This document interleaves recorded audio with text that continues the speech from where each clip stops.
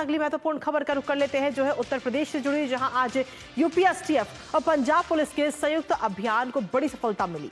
UP के कौशाम्बी में एक आतंकवादी को आज सुबह तड़के गिरफ्तार किया गया और यह आतंकी पाकिस्तान की आईएसआई ने कथित संबंध रखने वाले बब्बर खालसा इंटरनेशनल ग्रुप से ताल्लुक रखता है, जिसका नाम है आतंकी लाजर मसीह। एसटीएफ ने आपको बता दें कि इस आतंकी के पास से विस्फोटक सामग्री और साथ ही अवैध हथियार भी बरामद किए हैं और इसके साथ ही एक आधार कार्ड भी उससे बरामद किया गया है। बिना सिम कार्ड वाला एक मोबाइल फोन भी बरामद किया गया है। फिलहाल इस पूरे मामले पर यूपी एसटीएफ और खुफिया एजेंसियां आगे की कार्रवाई कर जांच कर रही हैं और साथ ही आतंकी से पूछताछ भी की जा रही है। आपको बता दें कि यह आतंकवादी 24 सितंबर 2024 यानी कि पिछले साल पंजाब में न्याय की हिरासत से भाग गया था, जिसके बाद अब उसे गिरफ्तार किया गया है। संवाददाता से लेंगे अपने ताजा अपडेट, लेकिन उससे पहले एक नजर कुछ अहम बिंदुओं पर। तो जी हां, अब सच उगलेगा ये आतंकी, सच उगलेगा लाजर मसीह। खूंखार आतंकी की अब खैर नहीं, गिरफ्तारी हो चुकी है। गिरफ्तार के बाद अब लगातार जांच की जाएगी, पूछताछ की जाएगी। इसके साथ ही आपको बता दें कि भारत में आतंकी साजिश की प्लानिंग कहीं ना कहीं सीधे तौर पर एक्टिव एजेंसी की तरफ से फेल हो गई। बब्बर खालसा का सक्रिय आतंकवादी गिरफ्तार किया गया है और गिरफ्तारी के साथ ही उसके पास से कई सारी सामग्री भी बरामद की गई है। उत्तर प्रदेश का जो कौशाम्बी है, वहां से उसको दबोचा गया है। आज सुबह सुबह ये कार्रवाई की गई और ये गिरफ्तारी हुई है। इसके साथ ही अगर हम देखें तो यूपी एसटीएफ और पंजाब पुलिस की तरफ से ये संयुक्त अभियान लगातार चलाया जा रहा था इस आतंकी को गिरफ्तार करने के लिए और ये अभियान आज सफल हो गया है। जर्मनी में अपने आका और आईएसआई से सीधे तौर पर कनेक्शन इस आतंकी का नजर आया। हालांकि एक के बाद एक और लगातार पूछताछ की जा रही है। फिलहाल सीधे तौर पर हम देखें तो दहशतगर्द से तबाही का सामान भी वहां से बरामद किया गया है। काफी सामग्री बरामद की गई है। विस्फोटक है, जिसमें 3 हैंड ग्रेनेड है, 2 डेटोनेटर है, एक विदेशी पिस्तौल भी बरामद किए गए। आखिर इस आतंकी की पूरी क्राइम कुंडली क्या है, एक बार उस पर भी नजर डालते हैं। जहां आपको बता दें कि अलगाववादी संगठन बब्बर खालसा है और बब्बर खालसा की क्राइम कुंडली क्या है पूरी, वो आपको बता रहे हैं। भारत, यूएस, यूरोप सहित कई देशों में आतंकी संगठन का दर्जा इसे दिया जा चुका है बब्बर खालसा ग्रुप को। और इसके साथ ही हम देखें तो बीकेआई है सबसे पुराना खालिस्तान आतंकवादी समूह बब्बर खालसा, जिसकी हम लगातार बात कर रहे हैं। इसके अलावा तलविंदर सिंह परमार ने कनाडा से इस आतंकी ये जो पूरी आतंकी गतिविधियां हैं वो वहां से शुरू की गई थी और जिसके बाद से हम देखें तो लगातार ये कार्रवाई भी की जा रही है।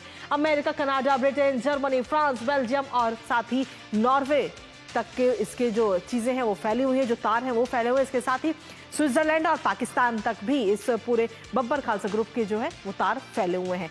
पंजाब में आतंकी गतिविधियां इस ग्रुप की तरफ से फैलाई जाती है और साथ ही फिलहाल अब यह आतंकी गिरफ्तार किया गया है। बब्बर खालसा की खालिस्तानी राज्य की मांग लगातार की जा रही है।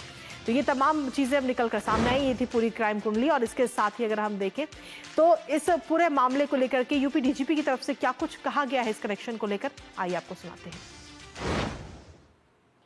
इसके पास कुछ ऐसे गोला बारूद हैं जिसके द्वारा यह महाकुंभ के दौरान कोई विध्वंसकारी घटना कर सकता है। पंजाब पुलिस के अनुसार जो सूचना मिली थी उसके अनुसार ये खूंखार आतंकवादी आईएसआई के साथ लगातार संपर्क में था और पंजाब में बैठे हुए उसके हैंडलर तथा अन्य अपने साथियों के माध्यम से ड्रोन के माध्यम से गोला बारूद और असलाह पाकिस्तान बॉर्डर से इंडिया में लाता था। तो यूपी डीजीपी प्रशांत कुमार को आपने सुना और उन्होंने पूरी क्राइम कुंडली जो थी इस आतंकी की वो आपको बताई और साथ ही अब देखना होगा कि इस पूरे मामले में अब आगे जब जांच की जाएगी तो और भी कई सारे बड़े खुलासे किए जाएंगे। उसकी मंशा क्या थी, क्या उसका मोटिव था, ये तमाम चीजें निकलकर सामने आएंगी। हमारे साथ हमारे सहयोगी विकास इस वक्त जुड़ रहे हैं, सीधा उन्हीं का रुख करेंगे।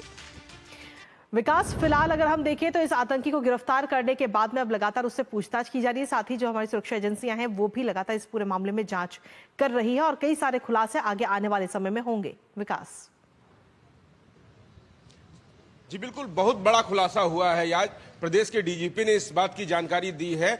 महाकुंभ में ये एक बड़ी घटना को अंजाम देने के इरादे से यहां पर आया था और यह कौशाम्बी, लखनऊ और कानपुर में रुक रुक कर इसने साजिश को अंजाम देने के लिए काम किया, लेकिन वहां पर इतने अच्छे सुरक्षा व्यवस्था के इंतजाम किए गए थे।